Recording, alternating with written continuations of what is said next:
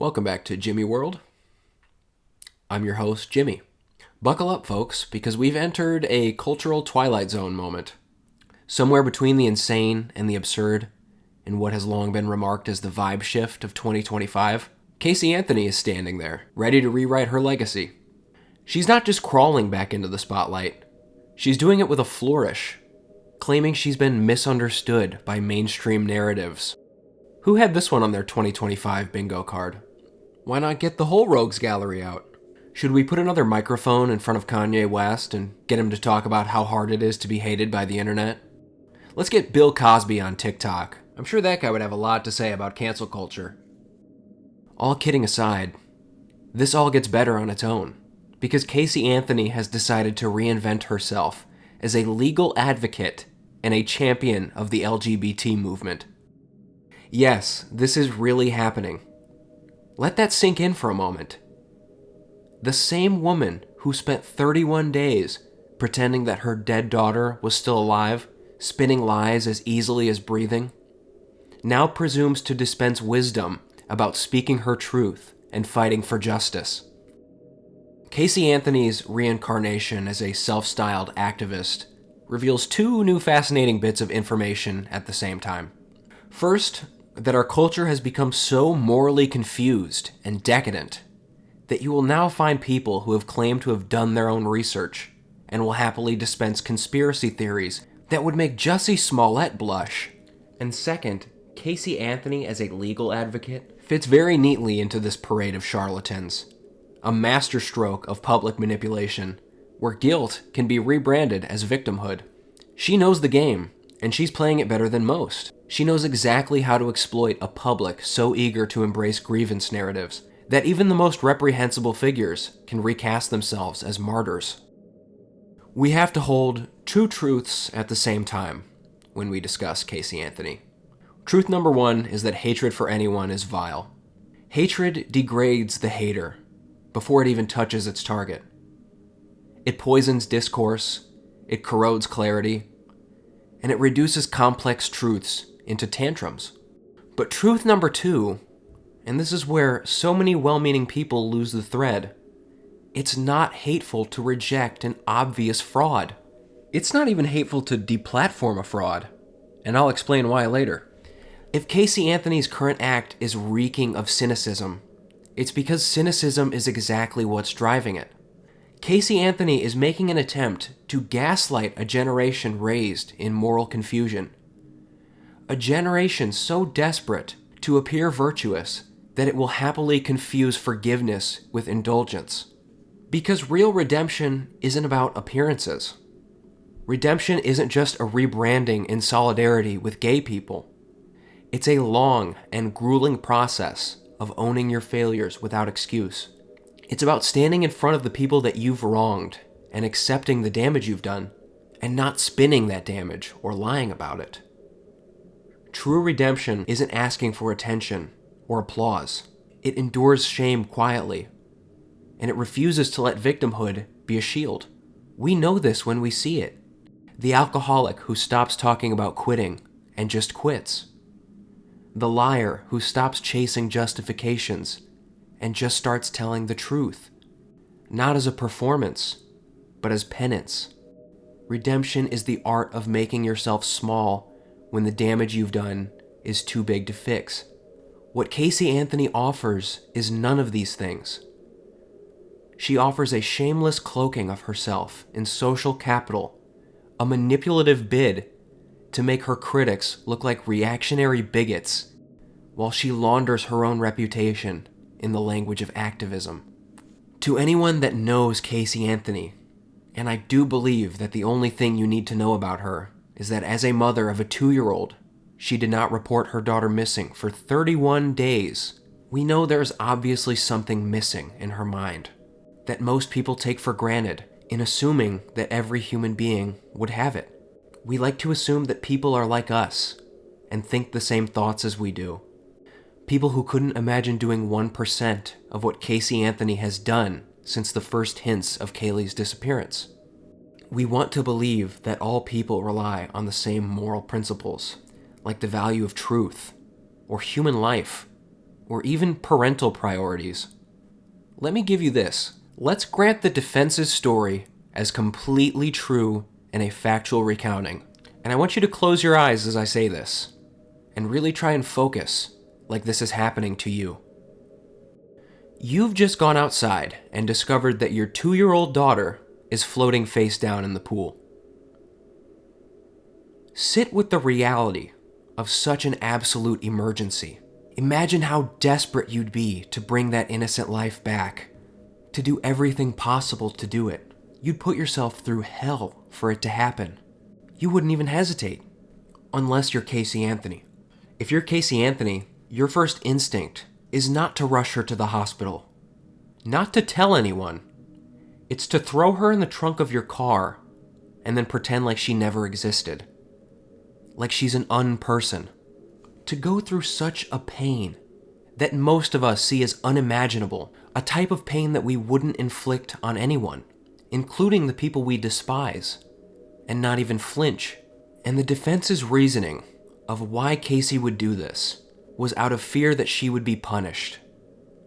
The most charitable of interpretations for Casey Anthony, out of the mouths of people paid to defend her, is that she was more concerned with her own comfort and image than doing everything to ensure the life of an innocent and precious human being that she gave birth to. Do we think that even the most benign read of her actions is an exoneration? Now close your eyes again and imagine this scenario. Your child that you gave birth to has died, and you're preventing her funeral, as far as you know, any funeral ever, because you've dumped her in a swamp where you think she'll never be found. And you did this after you ditched your car in the woods, when the smell of a decomposing body was too large to mask. As far as you know, you're prepared to keep this act up for the rest of your life, pretending to not know what happened to your dead child. To make up a story about a car accident to explain your disappeared car. We're still in the defense's territory here. In what world are we going to accept any insane or depraved rationale like this as an excuse for this type of behavior? To dump your child in a swamp, in a trash bag, like an unwanted piece of garbage. To let your own baby decompose under these circumstances. And to spin an insane web of lies to prevent anyone from finding her until the last possible moment because you were worried about yourself. Now this will be the last time we do this. Close your eyes and imagine this scenario. You frequently go out drinking with a girl named Casey Anthony. You consider her a friend. Her 2-year-old child has vanished. Sit with that feeling. The gut-wrenching sympathy and concern for that child, and the overwhelming desire to help your friend through this crisis. But those intense emotions that you feel, you're alone in feeling. Casey shows none of them. Casey has gone out drinking herself stupid and getting tattoos and hanging out with you. And this, we're told, is an inexplicable coping mechanism. Casey was throwing back shots and doing keg stands during an absolute crisis because she was processing her feelings. That this can all be explained because she had an overbearing mother. It's an old, tired excuse. I was abused. Claiming that a murder covered up with months of lies and deceit was for being emotionally scarred is the exact kind of argument you would expect from a psychopath.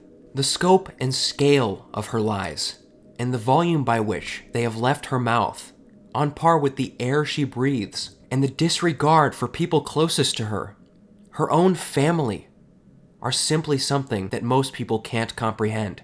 Studies on psychopathy could explain it, but the facts speak for themselves. She, as a mother, was more concerned with maintaining appearances than with her own flesh and blood. I say all this fully understanding that grief is a real thing that drives people to some insane places mentally, and that grief does not always manifest in the same ways for everyone. Maybe she really was drowning her sorrows and was in a state of complete shock and denial. It's possible. Some people weep until their bodies shake.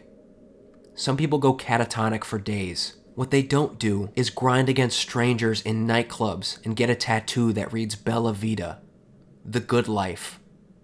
That is not grief. And the lies don't stop there. When detectives asked where Casey worked, she spun the most elaborate narrative about being employed for Universal. They asked her to take them there, and astonishingly, she agreed. Casey led police through the halls of Universal Studios, with nothing but the calm confidence of a woman who genuinely believed that she could will reality into existence. And it wasn't until she hit a literal dead end, a hallway that led to nowhere, that she turned around, shrugged, and admitted, "I don't really work here." On July 15th, Casey's mother Cindy placed a call to 911, and in that frantic call, she blurted out the words that would define this case. "There's something wrong. I found my daughter's car today, and it smells like there's been a dead body in the car." This wasn't poetic exaggeration. Forensic tests later confirmed that the air inside Casey's trunk contained chemical compounds consistent with human decomposition. In fact, there was even a single strand of Kaylee's hair found in the trunk, a hair that showed post-mortem banding, a distinct darkening pattern that only occurs after death. This evidence would later be publicly trashed by Casey's defense because the crime scene investigators didn't take the proper precautions, that the air sampling test wasn't peer-reviewed, and so it wasn't admissible. And let's not forget the most damning piece of evidence: traces of chloroform in the trunk. Casey herself claimed that the rotting smell in her trunk came from a bad pizza. These are not the actions of someone who is overwhelmed by grief. What we're looking at is someone who lies to a level that is truly pathological. Then came the bombshell 6 months later. Kaylee's skeleton was found in a garbage bag on December 11th, dumped in a wooded lot near the Anthony family home. Her skull was wrapped in duct tape, the chilling remains of what prosecutors believed was a makeshift murder weapon, although the autopsy was inconclusive because too much time had passed to determine a precise cause of death, entirely the fault of Casey Anthony. Casey Anthony's trial was a veritable circus. Prosecutors presented the evidence, the decomposition chemicals, the hair in the trunk, the bizarre online searches on Casey's computer, chloroform, neck breaking, how to make homemade weapons. All the pieces seemed to fit, but Casey's defense team pulled a major misdirection. They didn't bother trying to explain the mountain of lies, which had not only been pointless, but it also guaranteed that Kaylee wouldn't be found for as long as possible. No reasonable person can explain that. Instead, they lobbed this rhetorical grenade into the courtroom. Kaylee drowned in the family pool. Casey's father, George Anthony, knew about it. And, oh yes, George Anthony had sexually abused Casey for years. It was an astonishing claim, one supported by absolutely no evidence. George Anthony denied it under oath, under threat of perjury. There were no records, no witnesses, no corroborating details. But defense attorneys don't need proof to be a good defense attorney. You just need doubt. The jury is instructed ad nauseum to the benefit of the defendant. They cannot reach a guilty verdict unless they unanimously decide that the evidence points beyond a reasonable doubt. And doubt is precisely what was delivered. By the time the jury walked away, they were whiplashed by an avalanche of unproven claims. And they weren't sure what could be true. The only thing that they could be sure of is that the prosecution hadn't proven its case beyond a reasonable doubt. And so, Casey Anthony walked free. She was convicted of lying to police, a misdemeanor charge that would ultimately amount to nothing. The aftermath was a national aneurysm. Millions of Americans, people who'd followed every detail of this case, like it was the OJ trial, erupted in disbelief. How could someone lie that much, hide their own daughter's disappearance, fabricate an imaginary nanny named Zanny the Nanny, party like a rock star, get a good life tattoo, and still walk free? It might still seem absurd to you, 17 years later. The American criminal justice system is built to punish provable crimes. It's a category error to say that Casey Anthony got off because she was innocent. Justice is a blunt instrument, a system that trades in evidence, and it's not built to handle the kind of mental sleight of hand that Casey Anthony's defense team performed. The law demands proof, which is a very high price for a conviction, and when proof goes missing, the guilty can theoretically walk free. Now, this is where we have to check truth number 2 against truth number 1. Casey Anthony doesn't deserve to die for being acquitted. There's no need to take a chainsaw to the justice system or burn down the foundations of due process to avenge the moral failure of one case. The presumption of innocence matters. The burden of proof matters.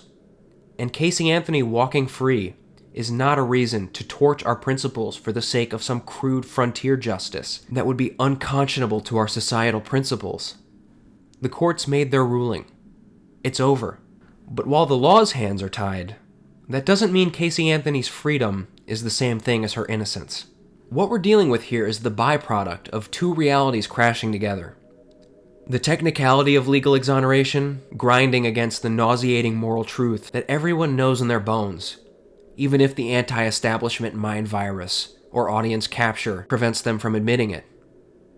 Casey Anthony is a liar, and there's no possible world in which she didn't know exactly what happened to her daughter from the start. Legal truth is a very narrow category, clipped and sanitized and pruned until only the very provable remains. And this is what prevents us from living in a society filled with political prisoners. This is how we save ourselves from the moral abomination of millions being executed on death row for crimes that they would later be exonerated from. But moral truth is completely separate from that. The jury was cloistered by rigid facts, as they would have been in any criminal trial. But the rest of us don't have to pretend like we're blind to the abject moral bankruptcy of Casey Anthony. And if this is the case, precisely how likely is it that she got away with murder? Ask yourself this. Do you believe that every person who commits a crime gets caught? Of course not. Killers vanish all the time. They change their names and slip back into society. Some go decades before a fingerprint or a scrap of DNA finally reels them in. But what about the ones that do get caught?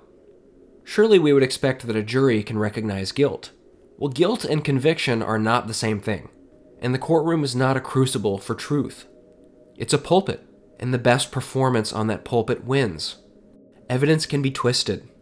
Memories can be fabricated or deliberately forgotten.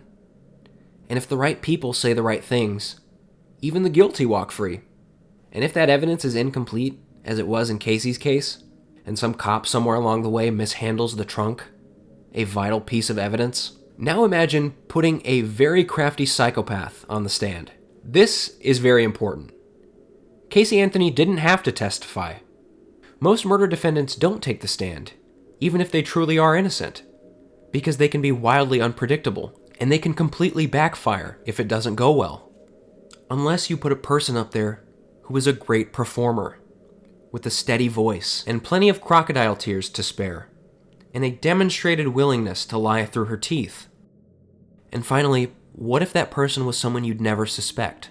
Someone with a twisted knack for playing the victim, and a willingness to throw any family member under the bus. Enter Karla Homolka, the Canadian serial killer, who played housewife with Paul Bernardo during that string of brutal rapes and murders in the early 90s. Homolka painted herself as a battered woman forced into aiding Bernardo's crimes, and the courts bought it. Maybe because she looked innocent enough. Maybe because her lawyers played the abuse card really well. Could anyone prove beyond a reasonable doubt that Karla herself committed the murders? Not quite. Maybe Bernardo did all the killing and Karla simply watched. Or in Casey Anthony's case, maybe Karla's father molested her and warped her mind and orchestrated the whole thing while Karla played the part of a helpless puppet. Maybe Karla was just a victim of tragic circumstances, where every act of violence could conveniently be pinned on someone else. The tragedy is, videotapes would later emerge showing that Homolka took an active role in these murders, smiling, laughing, helping to restrain victims, even her own sister. This was well after the trial, and you only get one of those. Prosecutors can only make their best case once, and it's a race against the clock because of that pesky Constitution. Now, all kidding aside, Casey Anthony is no Homolka, but she plays a similar game. Casey Anthony may never have had her guilt inscribed on a court document, but she carries that guilt like a stench for the rest of her life. Her daughter is dead, and her lies and personal conduct smeared the investigation into chaos, and the trail of deception points straight back to her. Whether she suffocated her daughter with duct tape, or neglected her, or some terrible accident happened that she refuses to admit, Casey Anthony authored the nightmare that killed her only child. The court may have been bound by the narrow confines of legal certainty, but in the court of moral reason, she is condemned. And for the love of everything remotely sane, it would have been better if Casey Anthony had just lingered in the dark of cultural infamy and never emerged. There is nothing, absolutely nothing, to be gained by resurrecting this ghost. For all parties involved, including Casey herself, her best fate would have been to vanish into the ether and never pursue public life again. We can't forget, or at least we shouldn't, that there's the corpse of a 2-year-old girl, a precious, innocent little girl, at the center of this spectacle. Kaylee Anthony is dead, and she was discarded like a piece of garbage, left to rot in the woods. Whether it was intentional or the result of a chaotic spiral of neglect, the fact remains Casey Anthony bears responsibility at least for Kaylee not being discovered for so long. Does she get to ride that notoriety into fame? Is this doing a service to anyone, least of all to Casey herself, by letting this activism farce play out and validating it with attention? Every post, every victim narrative is a constant provocation to violence on the part of the mob that genuinely believes that she got away with murdering her daughter. She's still using the same infamous true crime name and continues to spread outright lies about Kaylee and pretends to suddenly miss her. Even if you're totally ambivalent to whether this woman lives or dies, are we really giving her the punishment she deserves by watching her videos and commenting, which guarantees more people will watch and comment? Or are we rewarding her with attention and money by engaging with her outrage farming on platforms that algorithmically boost things that garner the most engagement? That's the choice we're making, whether we like it or not. When we throw Casey Anthony back into the meat grinder, we risk 2 equally ugly outcomes. The first one is that she's secretly innocent, that she's a woman who is as mentally ill as they come, a genuinely deranged and damaged person who has mistakenly offered herself up as a digital witch to be burned, subjecting herself to the kind of mob justice that can only be brought on by the internet's most bloodthirsty followers. We've seen this before, the kind of mob mentality that can destroy lives on nothing more than a fleeting half-formed opinion. If she is truly innocent, as some will still argue, why are you contributing to her demise by making her relevant again? Why would she subject herself to this? The kind of vicious, unrelenting hate she would have to be enduring right now. It's beyond words and what any sane person could withstand. And yet, she revels in it. Her Substack is full of pithy retorts and correcting the grammar of people who genuinely believe Kaylee was murdered by her hands. And can you imagine if those people are right? If Casey Anthony really murdered her daughter, we're not dealing with just a sad, misguided woman. We're dealing with a murderous grifter who has turned her life into one long performance for profit, predicated on the murder of her own child, leveraging her role in the death of Kaylee Anthony to rake in money and attention from an audience that demands their outrage be satisfied. And that's where the real destabilizing horror lies. What if we're dealing with a monster whose amorality is immeasurable, who's using her status to further perpetuate her own myth, to grift her way back into relevance, and to convince the world that she was wronged and that she is the real victim? Can we really allow that to happen? Should we tolerate it? If Ted Bundy were alive today, would you let him have a TikTok account? Ted Bundy wasn't a drooling maniac. He was sharp, a man who could smile his way into a person's car and then gaslight them into thinking the whole thing was their idea. Now imagine that Ted Bundy is live on your For You page, spinning lies and defenses, talking about his childhood and sprinkling in self-pity. Maybe selling t-shirts. Do you really think he wouldn't be a spectacle to our culture? How many hundreds of thousands of followers do you think he'd have? And do you think that some people wouldn't fall for his bullshit? Algorithms don't care what's true. They aren't programmed to recognize the difference between a good idea and a bad one. It just shoves whatever grabs the most attention into your feed. Would you bet on our culture suddenly finding the ability to see through lies and half-truths on their highly curated feeds? The odds on that one have not been great. Casey Anthony's choice of platforms like TikTok and Substack is not an accident. These are apps that are optimized to reward controversy. These platforms thrive on outrage. They turn everything, even the most mundane details, into a spectacle. And Casey is positioned as an outrage magnet on these platforms. The more bile she attracts, the more visibility she gains. She's monetizing this spectacle through the TikTok Creator Fund. And it's not just the danger of Jubilee-style outrage capture that keeps Casey Anthony alive. True crime podcasts will bleed her story dry for eternity, while YouTubers turn her lies into a 5-part miniseries with clickbait titles like The Murder Mom Who Fooled America. This is precisely why we have to be able to recognize a real grift when we see it, and not threatening to murder someone over it. Every viral clip, every outraged comment keeps Casey Anthony in the spotlight. She's selling her infamy, and right now people are paying with their attention. Lies are emotionally provocative, and Casey Anthony knows this better than anyone. Now this is where we have to check truth number 1 against truth number 2. Yes, Casey Anthony is still a human being, in spite of her being an obvious charlatan. One who should theoretically be protected by the First Amendment, even to the point that she can spread her obvious lies. And she shouldn't be receiving death threats, period.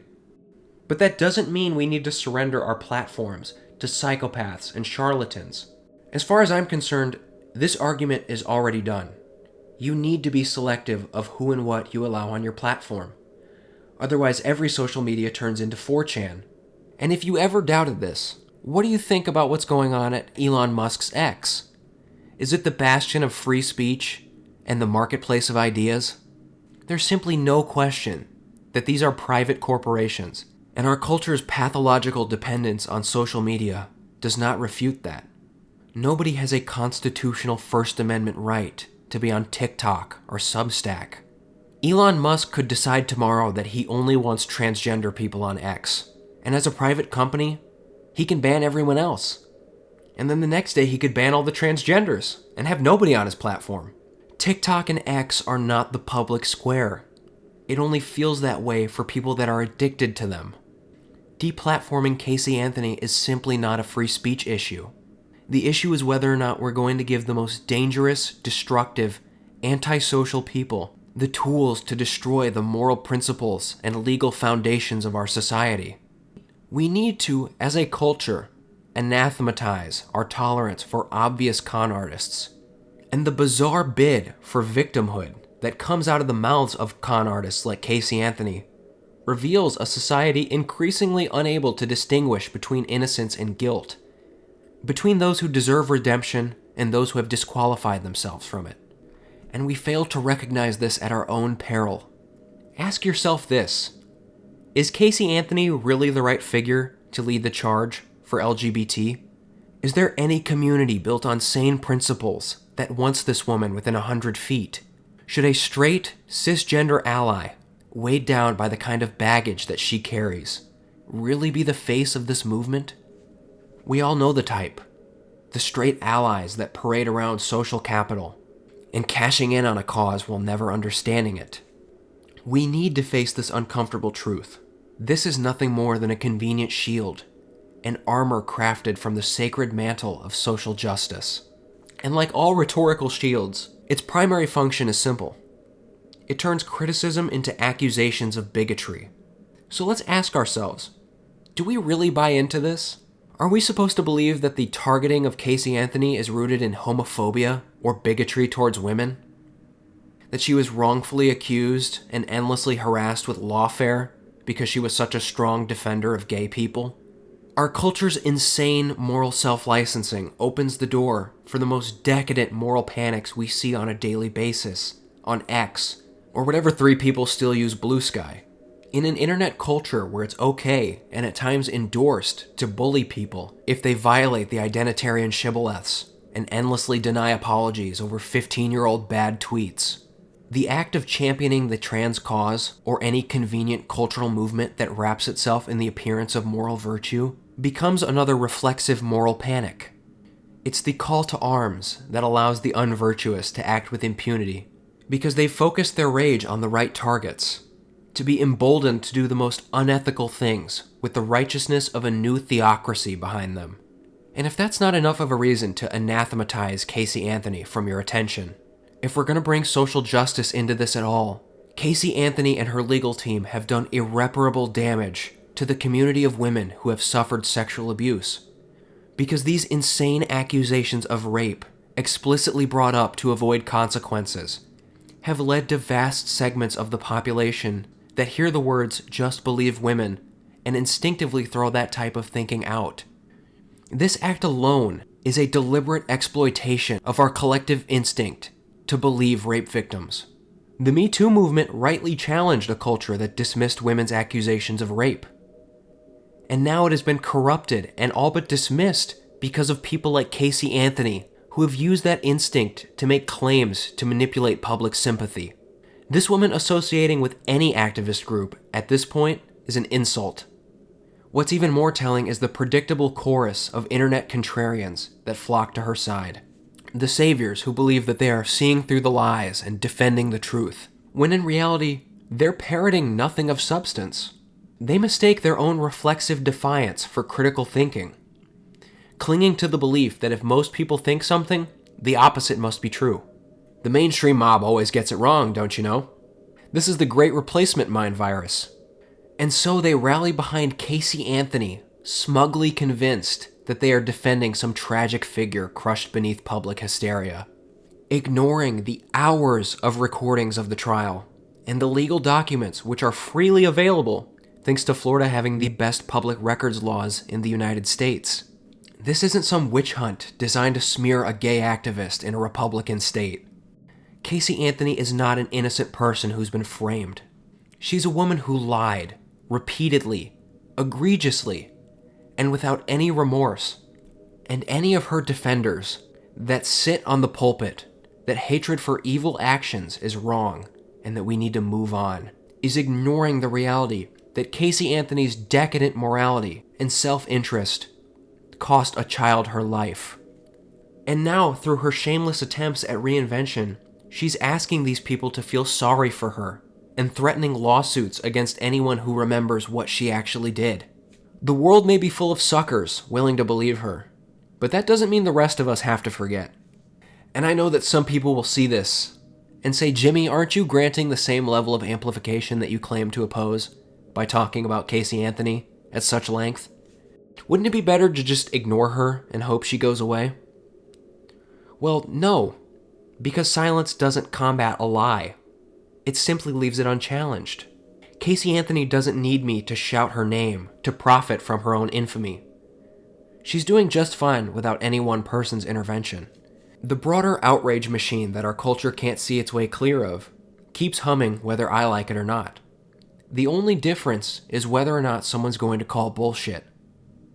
The ugliest part of all of this is the erasure of Kaylee Anthony, who is the dead child at the center of all this. In the endless drama of Casey's self-rehabilitation, Kaylee has become nothing more than a footnote. She's the object of a scandal that Casey had 17 years ago, forgotten in the haze of her own mother's lies and manipulations. And while Casey whines on TikTok about how her life was ruined, the daughter she abandoned to rot in a swamp is nowhere to be seen. Casey Anthony understands this. She's not seeking redemption. She's selling a narrative. She's not an activist. She's not even a survivor. She's a charlatan. And Casey, if you're watching this, and given your habit of engaging with critics online, I'm betting you're watching this, consider this a friendly heads up. Your recent antics may feel like a clever trick, but the established evidence isn't going anywhere. And while you may have dodged justice, you cannot rewrite the past. Not with TikToks, not with Substack posts, and not with hollow appeals to victimhood. And if you'd like to threaten me with a lawsuit for saying so, by all means. Let's look at the Indiana Code 34-15-3-1, which governs published defamation, including slander and libel. To win a defamation case in Indiana, you have to prove the following. 1. A statement was made. 2. The statement was defamatory. 3. The statement was false. And 4. The statement was published with a degree of fault that is at least negligence. So let's see where you stand on this. I definitely made the statement. You claim to be reformed, but your past behavior speaks otherwise. And there's no reputational damage here that isn't already self-inflicted. Indiana follows the negligence standard for defamation if you're not a public official. But thankfully, you've modeled yourself as a public figure through your grotesque activism, so we moved the needle toward actual malice. This would require proving that I made the statement knowing it was false or showed a reckless disregard for the truth. And in your case, given the amount of documentation supporting these claims, it's hard to argue that anyone has acted with any malice. And if you're looking to sue for defamation, you're going to have a hell of a time proving damages when bulk of public opinion is grounded in actual events, and not any fabricated commentary. In fact, I took an Instagram poll before I recorded this, with just an image of your face, and asking what people's opinion was of you. 100% of respondents voted negatively. Here's the problem for you, Casey. The vast majority of the statements made in your case are based on facts, or fall under the protected category of opinion. In essence, the public has witnessed your history firsthand in one of the most horrifying tragedies to capture national attention. So legal action is unlikely, but by all means, give it a shot. If you need my address for filing, we'll be in touch. You might want to stick to rebranding as a motivational speaker for the morally adrift. That's the only audience who might actually buy what you're selling. Yours truly, a concerned citizen. So I hope you guys enjoyed this commentary. Thank you for listening to Jimmy World. God bless.